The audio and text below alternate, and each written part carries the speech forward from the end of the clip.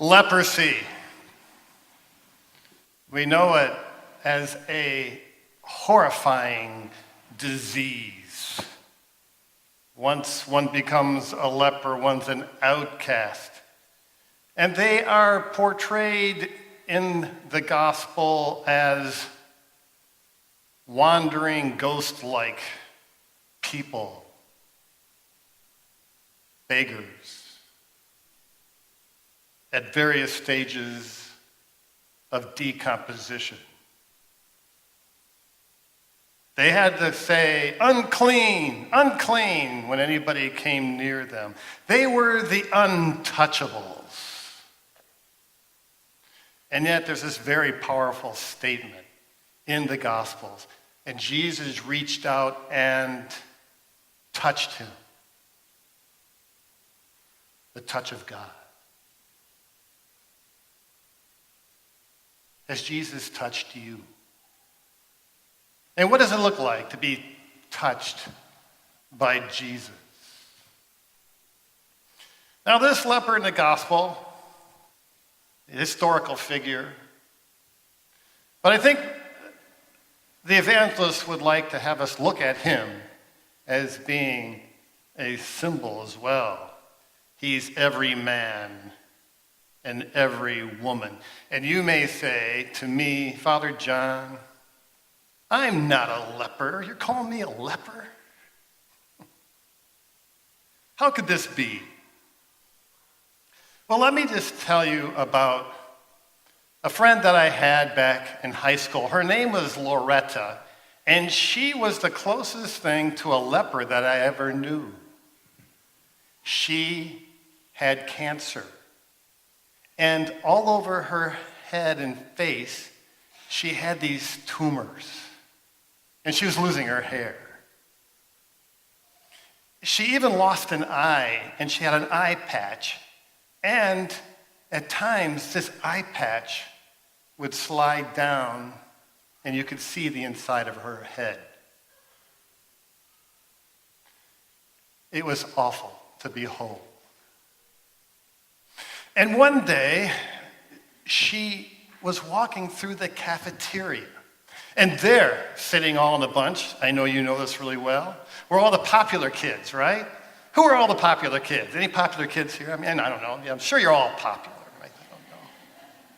They're the beautiful people, you know? They're the ones that get good grades. They're cheerleaders. Do you do cheerleaders nowadays? I don't know if you do cheerleaders. Okay, yeah. And football players, you know, they're the cool kids, okay? And I don't know what possessed them, but in one moment, they took food and they just threw it at Loretta. And she just bellowed in discomfort. I mean, she was just humiliated. Who were the lepers? Who were the lepers? Was Loretta the leper? Or was it one of these kids?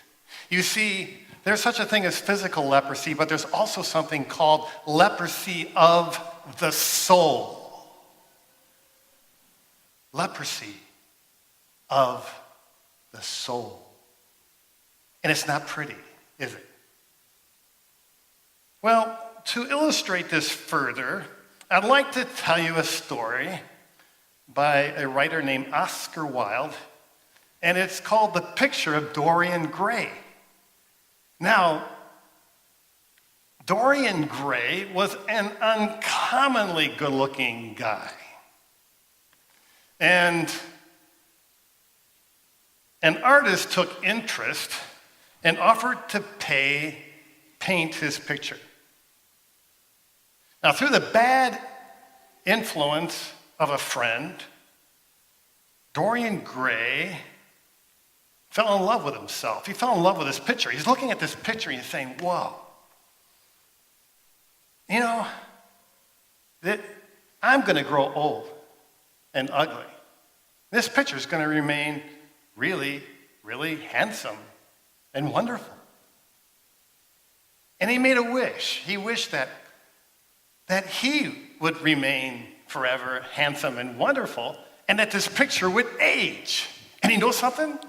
He got his wish. Can you imagine that? Well, in time, Dorian Gray just grew in pride, and he became spiteful, he became cruel, and he even fell into debauchery, okay?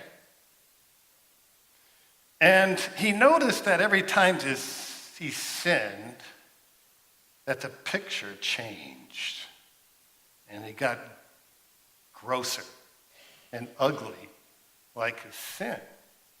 So what he did is he put it up in his attic.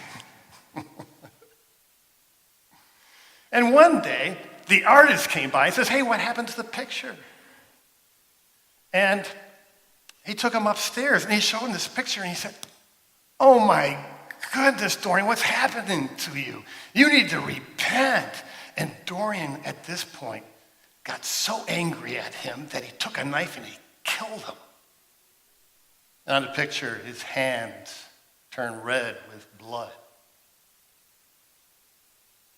Well, he kept on going on and on and on. You know, and you can imagine, he was haunted by that painting upstairs. And he got to the point it was driving him crazy. So one day, he went up there and he took a knife and he stabbed the picture in the heart. And the servants downstairs came running up because they heard a shriek. And they found on the floor a gnarled, grotesque man that they didn't even recognize. But there, up there was a handsome, pretty picture.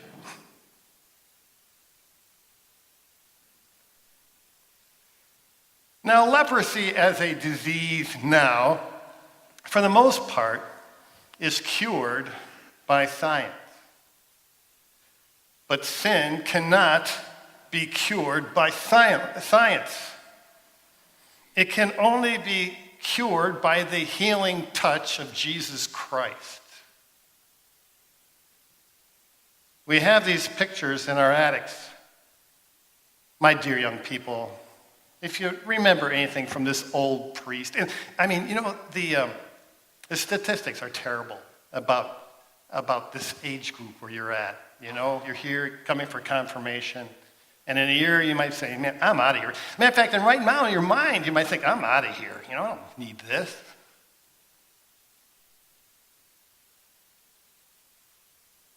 But remember what the old priest said.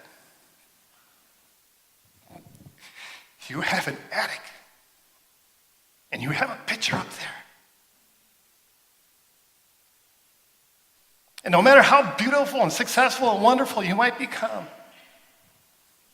it's up there.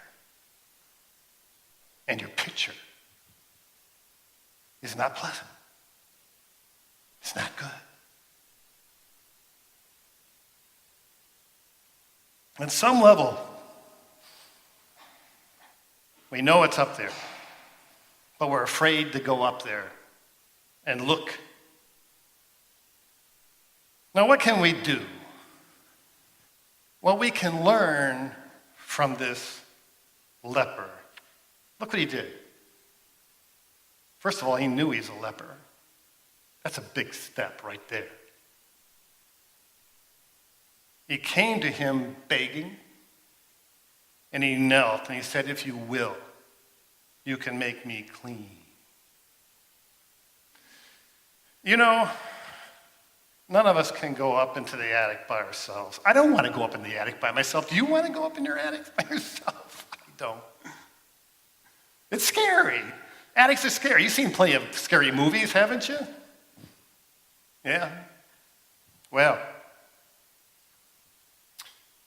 Jesus, he's saying, he says to me, he says, "Come on, John, let's go up to the attic. Let's go up." I don't want to go up to the attic. You know? Come on. Because it was Jesus. That's what Jesus is about. He takes us up to the attic. He opens the door and he says, yes, you're a sinner. You're a sinner.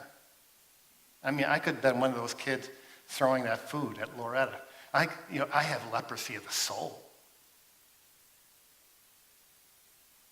And that's what Jesus is about. Through his love for us and for his atonement and his shedding his blood for us, he can make this clean. And that's the gospel, my friend. That's the gospel. We're coming up on Lent, aren't we? And this may be a good time, as you're thinking about confirmation, to take stock. Do I have leprosy? We all do. You know what confession is? It's the touch of Jesus. He reached out and touched